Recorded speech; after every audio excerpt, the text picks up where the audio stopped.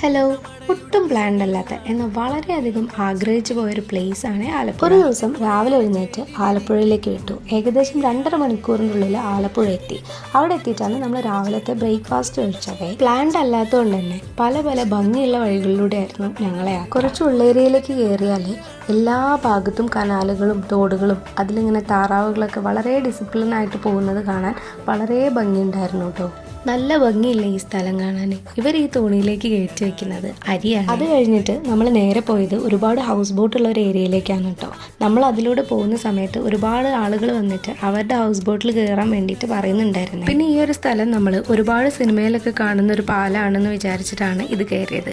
Actually ആ പാലമല്ലായിരുന്നു ഈ പാലം. പിന്നെ ഞങ്ങൾ അവിടെ ഇരുന്നിട്ട് കുറച്ച് ഫോട്ടോസും വീഡിയോസും ഒക്കെ എടുത്തു. പിന്നെ ഞങ്ങൾ ഫുഡൊക്കെ കഴിച്ചിട്ട് ഹാപ്പി ആയിട്ട് നൈറ്റ് ആയപ്പോൾ വീട്ടിലെത്തി. അപ്പോൾ ഇത്രയേ ഉള്ളൂ നമ്മളെ വീഡിയോ ഇഷ്ടപ്പെട്ട ഫോളോ ചെയ്യാൻ മറക്കല്ലേ.